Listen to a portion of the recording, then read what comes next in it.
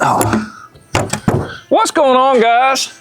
Me and Brittany went out and we got us to taste that bluegill action yesterday. And when you come down here, you gotta stop at Walton's, man. I stop in here every morning. I get me a bologna and cheese. I get to talk to all the locals. It's like being back home in Kentucky and the guys sitting around the gas station every morning. Let's go get us some crickets and get to the water.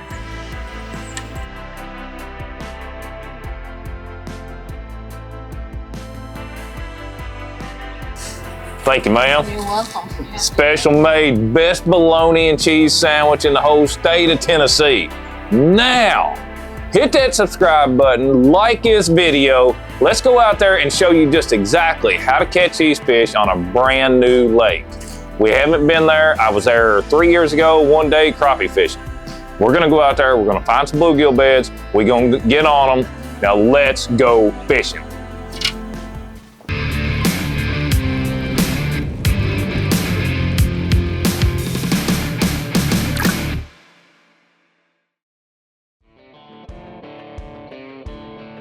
We just found us a bed right there. You can see the holes, the pits in it. You can see the fish sitting in them. You can see all the holes and all the fish in those holes. We're getting ready to go back there and we're gonna turn the boat around. We're gonna get set up on them and we about to jack them up. Oh, go. Oh, what have you got? It's a crappie. First fish of the day is a crappie. Ain't a bad crappie either. It's 10 inches.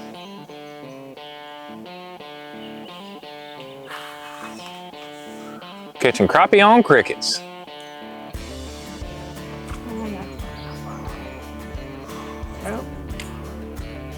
Is that a better one? A bit better. Another female.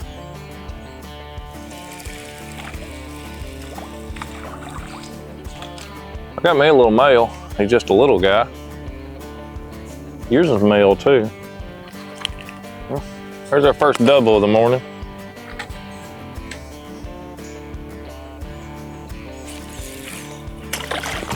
Woo! Right in the eyeball. Well, at least we're catching males.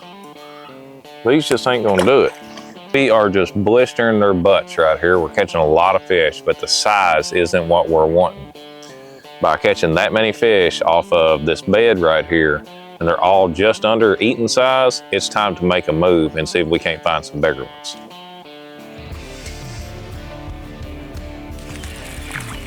That's a better fish. Yep, that is a much better fish.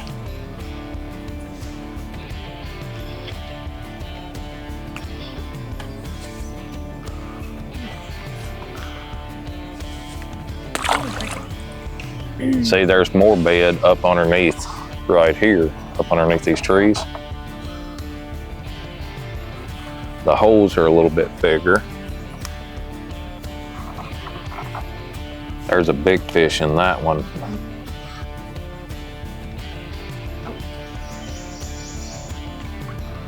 That was a little better. That right there's keeper size.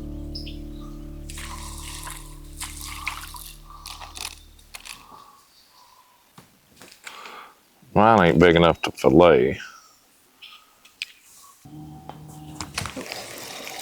That's another decent fish. Yep, that right there will work. Well.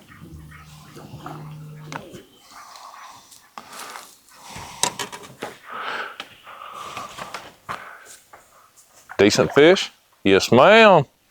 There you come, Brittany. I think she just got the fish of the day right there so far. Right on the other side of this limb here, 40 feet back, we was on a giant bed that had thousands of bluegill on it. But they was all 4 inches, 5 inches was a big one.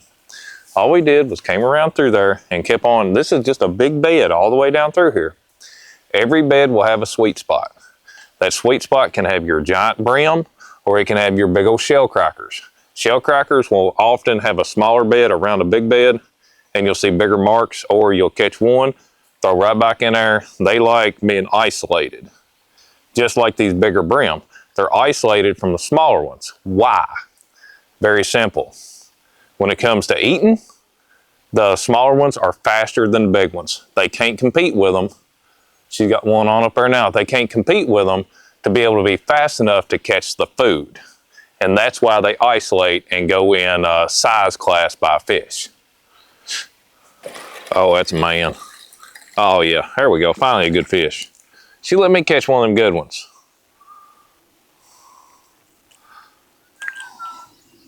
Yeah, she let me catch one of them better fish.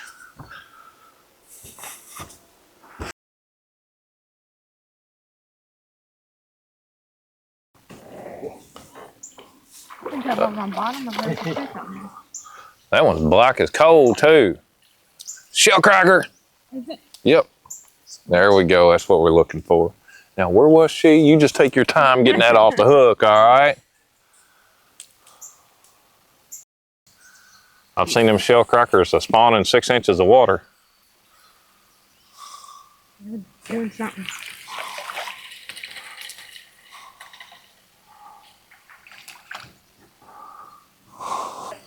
Oh, there we go.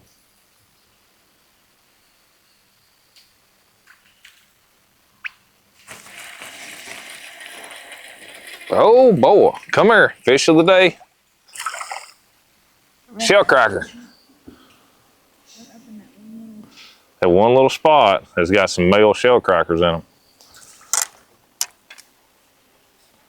These shell crackers have got the red on their ear. They're also called red ear. And what they do, they chomp up shell beds, kind of like a chicken eats rock or glass for its gizzard to help it break down food. And when you clean these fish, their belly will be full of that crushed up shell, and that's why they call them shell cracker.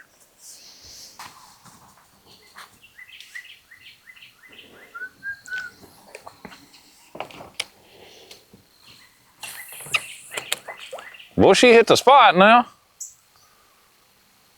You got another decent fish.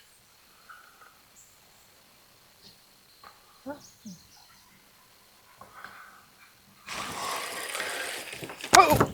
Ooh! Dang it. All right, guys, when we first launched in this lake, it's just right down there is where we launched at. We came down this side right here, side scanning. I marked multiple beds that you could see had fish on them. And you can tell from the screen and some of the other shots that he showed you that it is just a non-stop bed in this whole lake. I wanted to be out here, be able to come out here and show you side scanning them, all that, having to fight to find them.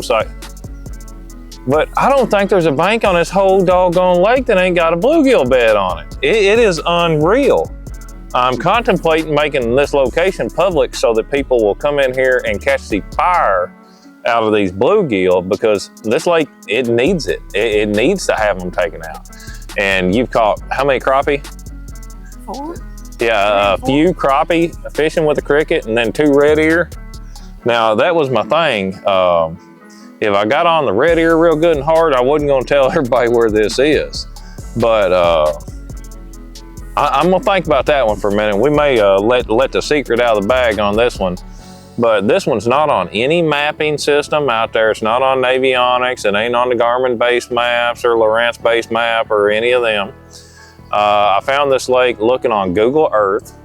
I turned it to transit so I could see the blue on the yellow on the map. And I just pan around close to my house and see where I can find a lake, and then I check to see if it's public, and that's what I did here. And it is a load of fun right here, right now, because there's just so many fish. It's unbelievable how many fish are on these beds. Shadow, but I can see the start of the holes right there. That is 16 to 18 feet towards, yep, that ought to be about it. Yep, that ought to be about it.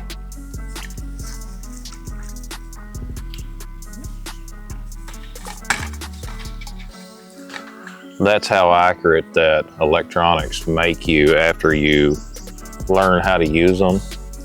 That's the thing about buying these electronics. You can have all the money in the world and get the best of the best. And still won't be able to catch fish if you don't know how to correctly use them. And that's where that I tell people you're so much better off to find a guide that knows how to use them and go out. And honestly, I've had people come out with me that won't even fish. They just want to see what it is that I'm doing, how I'm adjusting my stuff, and how I'm catching the fish so that they can wrap their head around it. And I just talk to them, explain to them, and then we get them up there and get them started doing it and get them comfortable in doing it. And then they can go home and catch fish. And that's where I get the messages of big fish catches through Facebook or text message. And that's what makes me want to keep on taking people out and getting them outside and getting them fishing. That, and of course, always taking a kid out there and letting them catch their biggest fish they've ever caught in their life. And that's how I know I'll never quit doing it. Just cut me off then. I can't even get in there. Whatever.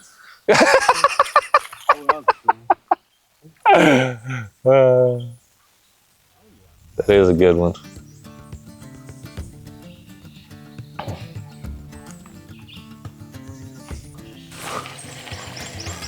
Oh, he's on a tree. Better bluegill right here too.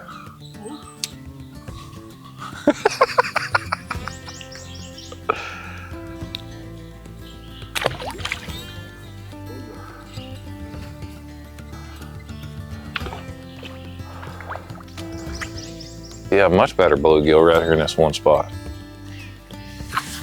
Maybe not. Bow! What is that? Oh, that's one of them. This fish right here, everything gets blamed on it. Everybody says it's a warmouth, it's a warmouth. This is the actual warmouth. Rock bass, warmouth. That's what it is. All right, guys. Y'all heard me talking about this rod before and why that I use it. It's because it helps me catch fish. Using these slip bobbers, especially bluegilling, you use a bobber stop, whether you use a rubber one like what that I use here, or if you use one of the Tide, one of the rope slip bobbers, it's got to be able to get through your eyes. And with this rod, using those larger eyes all the way out to the tip, it allows for that slip bobber to get right through there to where there's no hang up, and so that you can cast or you can flip, and there's no issues with it getting hung up, and that'll help keep you from getting tangled up in the trees or wrapped around into your rods. And that is why those Arc Mini is what I use. Well guys, I hope you have enjoyed this video. We have finally found a few shell crackers. Hopefully you can take something away from this to go find fish on a brand new lake. Use your side scan. If you have live scope, put it in perspective mode where you can just troll down the edge until you find the bed. Until next time, from me and Brittany, hit that subscribe button, like this video, and we'll see you around.